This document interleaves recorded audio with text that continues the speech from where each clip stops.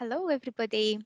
Welcome to the Scottish Summit and to our session on how to become a zero complaint organization using AI Builder, Customer Insights, and Power Automate. As you probably know, the sessions have been pre recorded. It's St. Valentine's today, and we cannot be more excited to share our St. Valentine's with you. A special thanks goes to our sponsors who really made um, that event possible today. Special shout out to Scriptrunner, DQ Global, Proximo 3, Respire, Agilicis, and Hitachi Solutions. So the plan for today is we'll do quick introductions just so you know who we are. We'll set the scene by explaining the scenario we'll cover today. Then we'll jump into the system and we'll give you a demo, and then we'll do a recap. Um, then we'll have some time for Q&A, but if you're watching this session pre-recorded, then we will be available. So any questions that you might have throughout the session, please ask them in the chat and we'll do our best to answer them. Yeah, so that's me, Dilana Radulova. I'm a senior consultant with Incremental Group. I've been configuring CRM systems for the past 8 years or so now, um, dealing with products within the whole Microsoft stack, really. Last year and a half, I've been specializing mostly in marketing.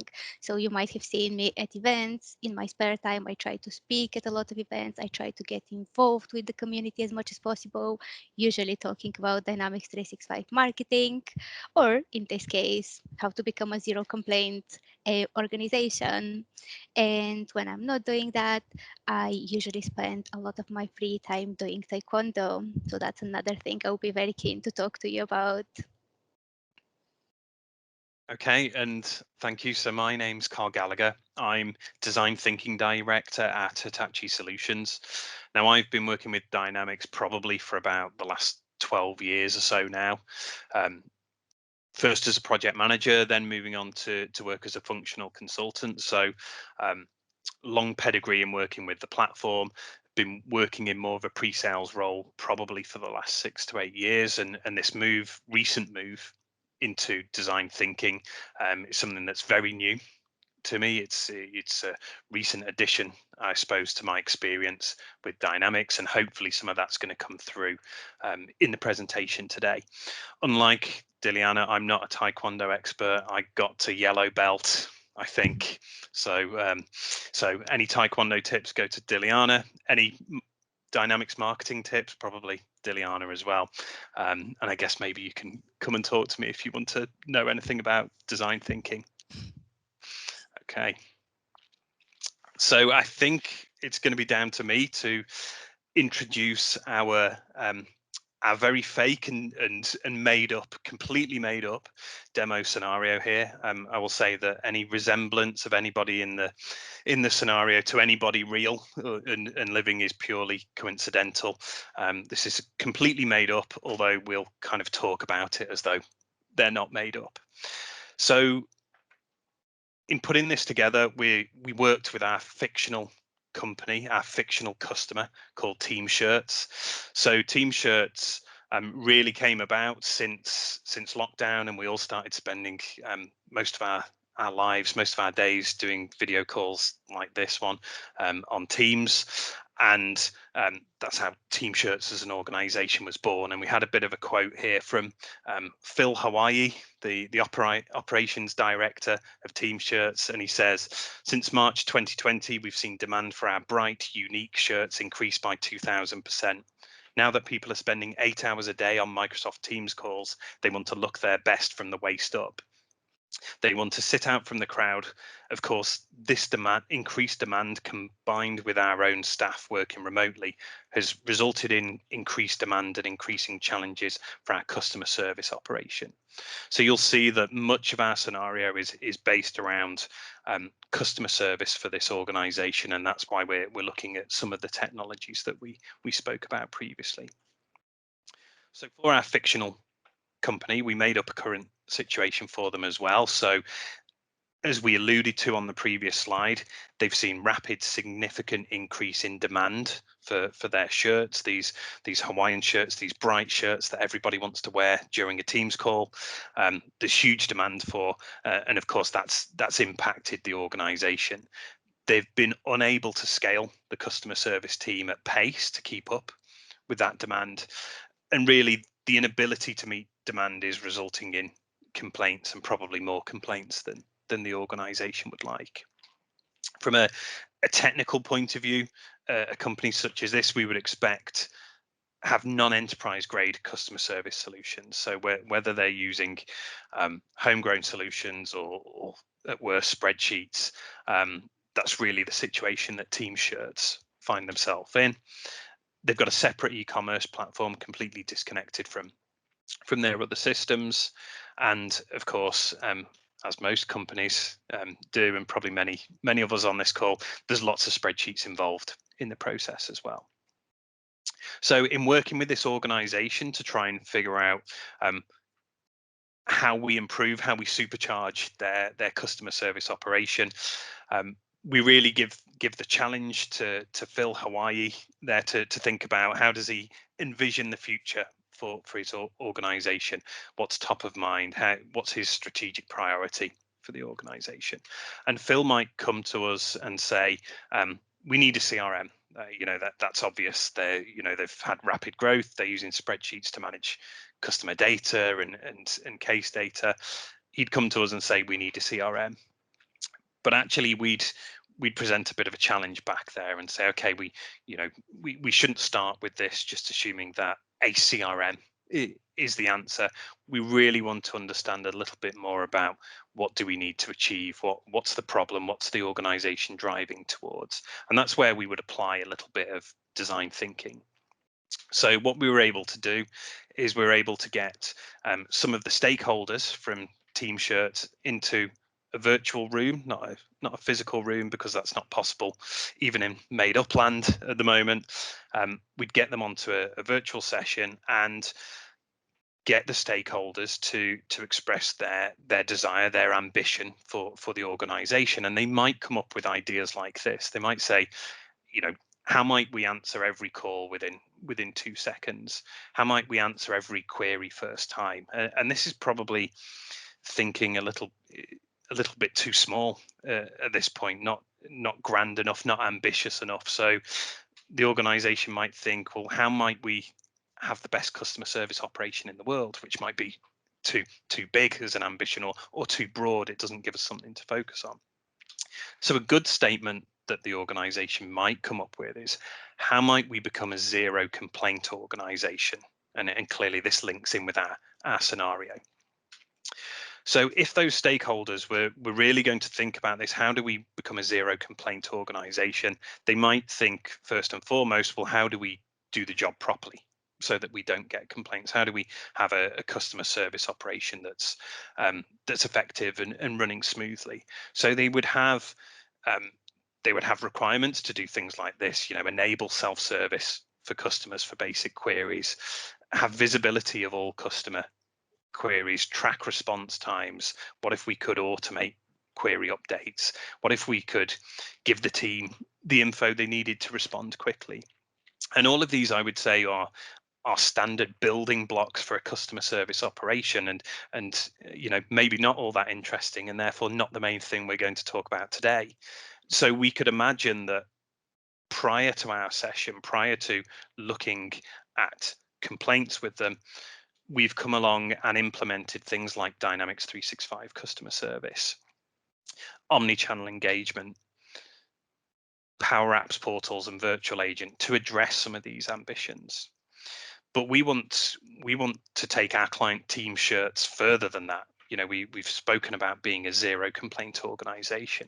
So actually we might focus in on, what if we could predict when a complaint would occur? What if we could intervene as that complaint was about to occur? And what if we knew how our customers were feeling in that moment as they were about to complain before without actually asking them? And that's going to be the focus of what we demonstrate today. So this is the focus of our scenario, that how do we how do we address those issues around complaints? And we do that by using AI Builder to predict if a complaint is going to be likely off the back of a customer service case. We use Power Automate to generate something called a complaint intervention, and we'll show what that is in the demo. And then we use customer insights to understand the nature and the history of the customer. We've already said that this organization have a completely disconnected, separate e-commerce platform, so we'll use customer insights to get over that particular challenge. So as we move into our demo, we'll introduce a few demo personas. First and foremost, we have our Team Shirts customer, Andrea Clausen. And Andrea starts our journey really by emailing in to the Team Shirts help desk, central help desk, and she says, "As you know, I love your shirts. I've bought several, but there seems to be a design issue with my shirt. After sitting on Teams calls for 6 hours, the shirt becomes very uncomfortable. Also, colleagues have complained that it's too bright." Now, a slightly strange email into customer services. I'm not sure how much the customer service team are going to be able to do about that, but we're going to take a look at the scenario, and we're going to put ourselves into, or I'm going to put myself into the shoes of our customer service agent Andrew Smith, and have a look at how this complaint intervention journey unfolds in Dynamics. So in Dynamics, we can see our customer service hub for Team Shirts. So this is where our customer service agent Andrew Smith comes in to deal with the day-to-day bulk of his workload. So in his active cases view, we can see a few things. This is pretty much the out-of-the-box active cases view that you would get with Dynamics. However, you can see we've got an additional column over on the right-hand side of whether a complaint is likely against any of Andrew's caseload. So we're going to come in and we're going to work with this design query case that came in from Andrea. And I'm not really going to cover too many of the basics of Dynamics here. So, this is the case record as many people who've seen Dynamics will be familiar with. We can see who the contact is. We can see the timeline. So we can see that original email inquiry that's come in from Andrea. And we can see some recent case status as well. So really what would happen now is Andrew would start working through and working this case. That might be going off to look at a knowledge base article to get additional information, perhaps about the query, and hopefully is going back and responding to Andrea in a very timely manner. However, we all live in the real world, and we know that doesn't always happen as well. So we clearly, as an organization, need to be concerned about whether any of these requests, any of these cases are going to result in a complaint. And so on Andrew's screen, he's got something front and center above his timeline that shows him a complaint prediction result. And now Andrew doesn't really need to concern himself with actually figuring out himself whether this is going to end up in a complaint, whether there's something about this case that's going to end up in a complaint, because this is happening in the background. This is using AI Builder in the background that has looked at historic case data, historic complaint data, to try and identify data points and data themes and trends that might indicate if something is going to result in a complaint. So as Andrew goes through and progresses, this screen will update him as to whether the model, whether the AI builder thinks that this will result in a complaint. So Andrew would go through and work this case. This has just been created today.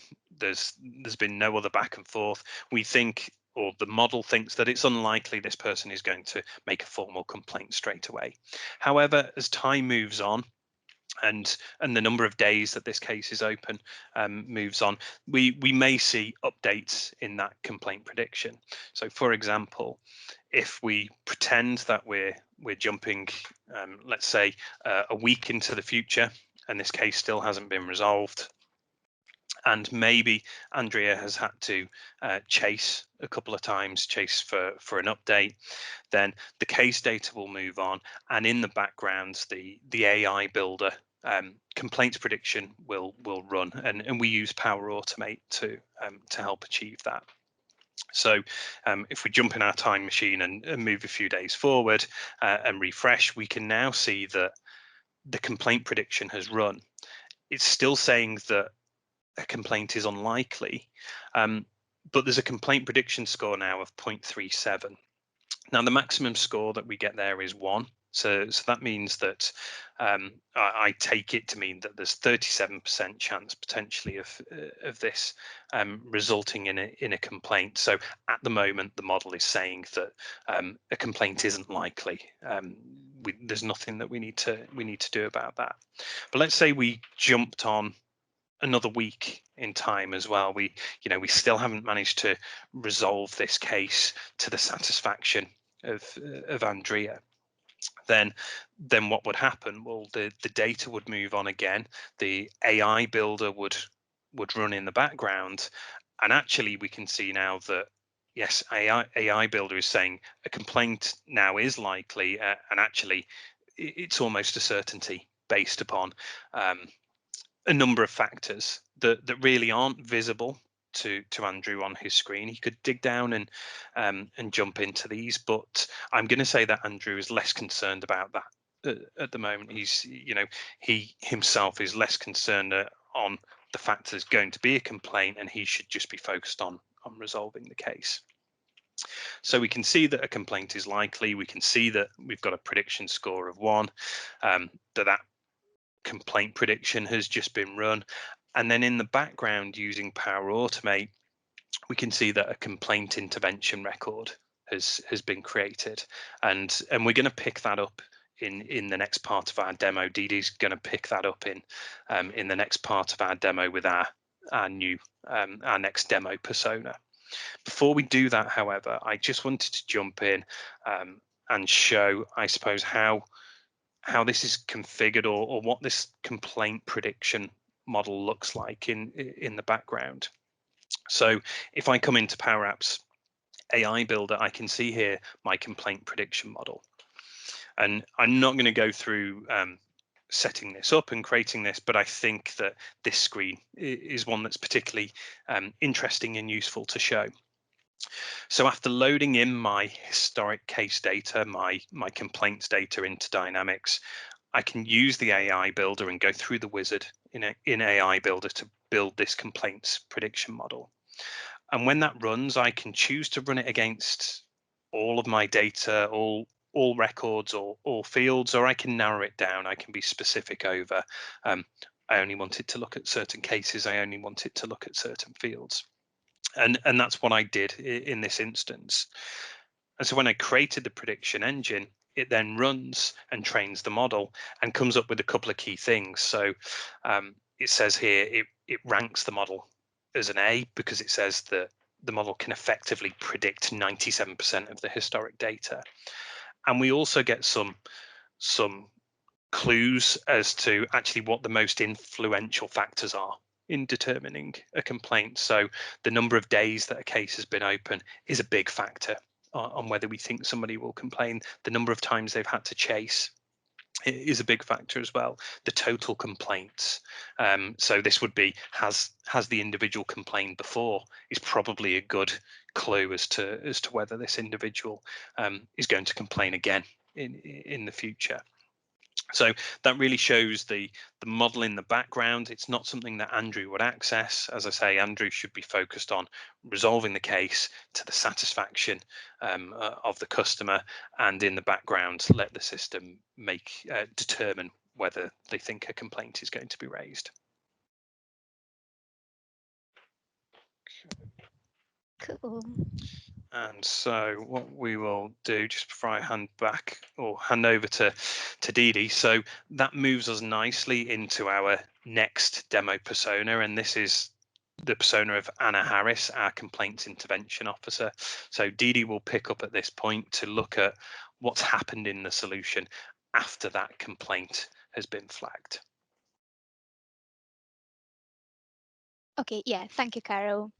So now hopefully what you can see on my screen is, again, back to Dynamics, but this is the view that Anna will have when she opens up Dynamics 365, for example, in the morning.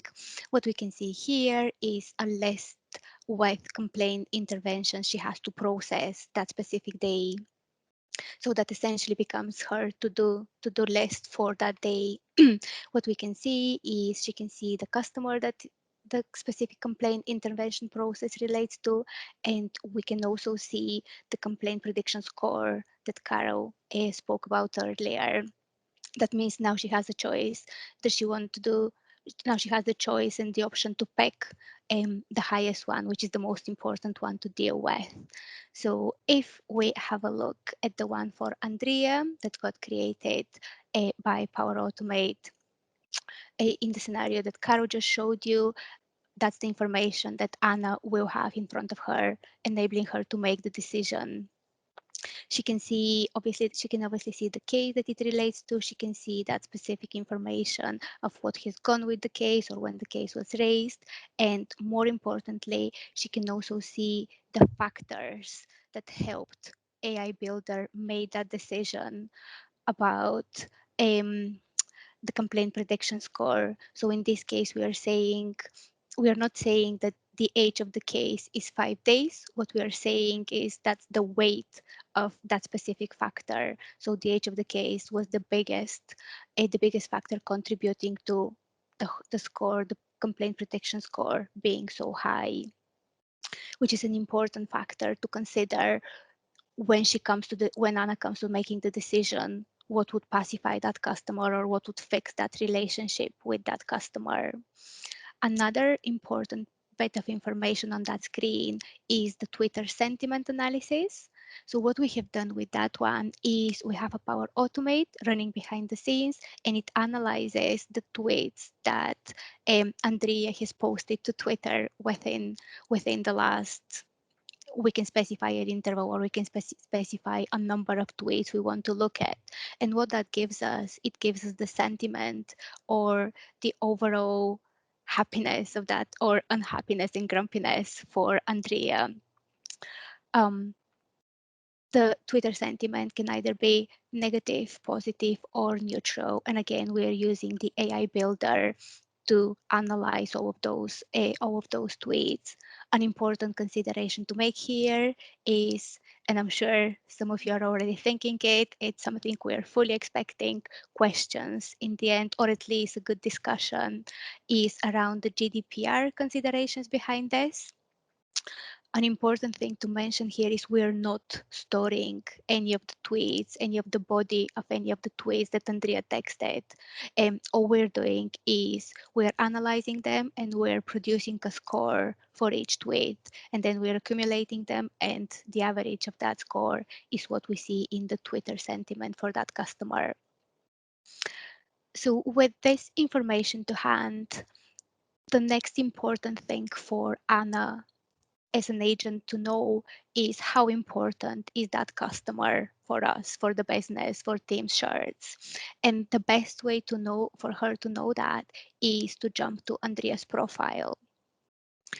And something that you might not have seen before is the customer. So what you see on the screen is something that Customer Insights produces. Customer Insights, as we spoke about earlier, is one of the newer products within the Microsoft portfolio.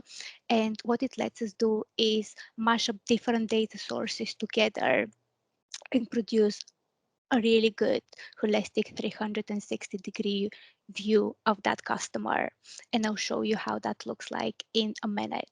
If we jump to the Customer Insights portal, as we said, it's a different product. So that's why, as you can see, it has a slightly different look and feel to it. What we have done here is we have added 3 data sources into our Customer Insights.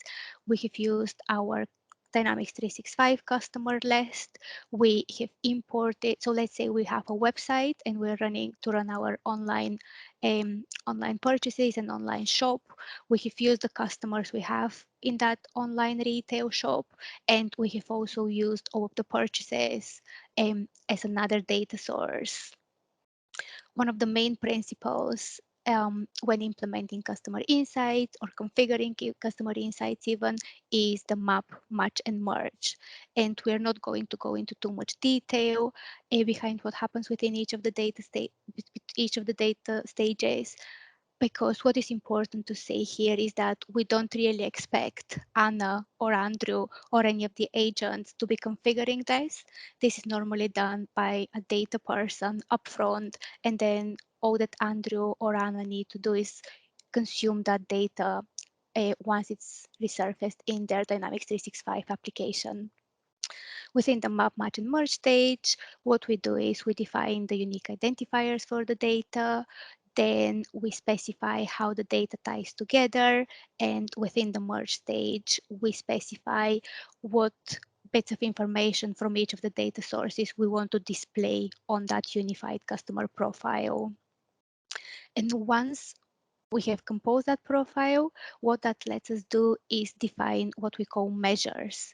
And measure could be, for example, the total price that a customer has spent on our website, or it could be the total number of purchases they have made with us. And this is really what I showed you on the screen here. The important thing here is to say that the fact that we can surface customer insights data in Dynamics 365 means that as a company, you don't need to invest into training, because it's all that same look and feel using a single system to display all of the data that Anna might need to hand. So yeah, this is what we have on the screen. At this point, Anna knows that Andrea has spent quite a bit of money with us recently, and this and she's not feeling very happy. So that probably means we need to do a bit more to fix that relationship or to make sure that complaint doesn't happen. And that brings us to the next bit. At that point, Anna does have enough information to make a decision, and the decision she needs to make. So we have put a simple business process flow with you. Uh, Sorry, we need to cut that one. Right. Um, yeah. Okay. So yeah. So now that Anna knows Andrea is a customer better. She knows that Andrea is an important customer. She's ready to make the decision of what would the next best action be. At that point, she can make the decision what she thinks the best incentive would be. We have given you just a few examples, but let's say 10% of the next offer is the best next action for Andrea. At this point, all that Anna needs to do is move the complaint intervention process to the next stage. We have finished the review. We have decided on the best incentive, and clicking next stage means that we have actioned that specific complaint intervention. Yeah, and this was the end of our demo. So now we'll just very quickly jump back to the slide deck. So we have just gone over the scenario from Anna's point of view. So just to recap, what we did was we took, as Carol mentioned, a design thinking approach to implementing a solution for our customer team shirts. They began by implementing the base platforms as they required, and then they told us their ambition to be a zero complaint organization. We use Power Platform and the AI Builder to create a prediction model based upon the historic complaints data that they had. We then used Power Automate to trigger complaint predictions and generate the intervention records. And then what we did was our complaint intervention officer, Anna, was able to get a complete view of the customer through the use of customer insights. We then used our automate and Twitter to get the current sentiment of the customer to complete that 360-degree view of our customer. And Caro, I know we had a shout out to make here.